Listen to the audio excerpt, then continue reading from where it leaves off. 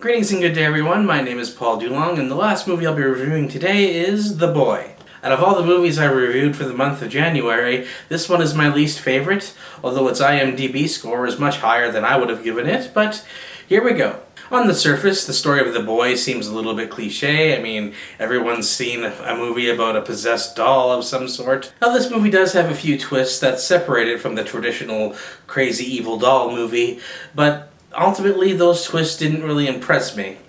This is one of the times where I was hoping that the movie was more cliche than it actually was. As far as January horror movies go, I did not find this very scary at all. It did have a few jump scares, but that relied more so on just the volume of the movie as opposed to anything actually being worth being scared over. I mean, for a movie that's barely over an hour and a half, it felt kind of long in places, the pacing was kind of slow, and ultimately it just didn't scare me enough. That being said, I do like The Walking Dead's Lauren Cohen in this movie. I thought she did a great job considering the material she had. She's also one of the few Walking Dead cast members that I haven't met yet, but that's okay. Considering the material she had, she did alright. I mean, she was believable, even though the story and direction certainly was not. The trailers made this movie look a lot scarier than it turned out to be. I mean, the doll was creepy looking, but not quite creepy enough. The ending of the movie just didn't sit right with me. I mean, I wanted to like it, I really did. I was really hoping that this would be the January, where January horror movies step out of the friggin' cliche of them being the dumping ground for studios. But man, this one felt like a dumping ground movie. I certainly don't think this will ever get a sequel, nor do I want to see a sequel to it. I wouldn't recommend you pay the money that theaters charge to see this in the theater, but it's probably good for like a cheap rental or something, you know, that would be okay. But in this day and age where theater movie prices are a little bit ridiculous, you gotta just step back and say, you know what, this one might not be worth the $13.25 or whatever it is that they charge where you come from.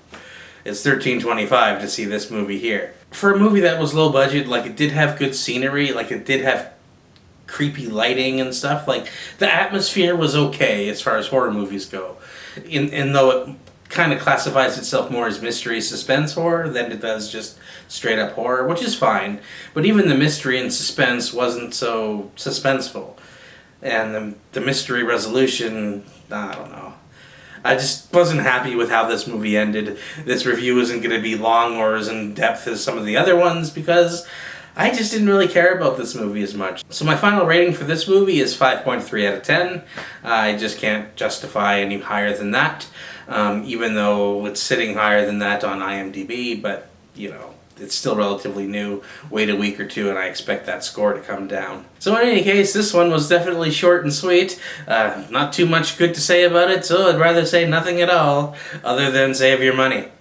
Let me know what you think about it. If your opinion differs from mine, please let me know in the comment section. I would love to hear the opinion of someone who actually liked it. Tell me why you liked it, because I'm curious to know. Maybe I just missed something, or maybe I was in a weird mood, or maybe I just didn't really care about it all that much from the get-go. But if you liked it, great. Let me know what you think. Let me know why. Let me know if you still plan on seeing this regardless of what I say. I'm very curious to hear.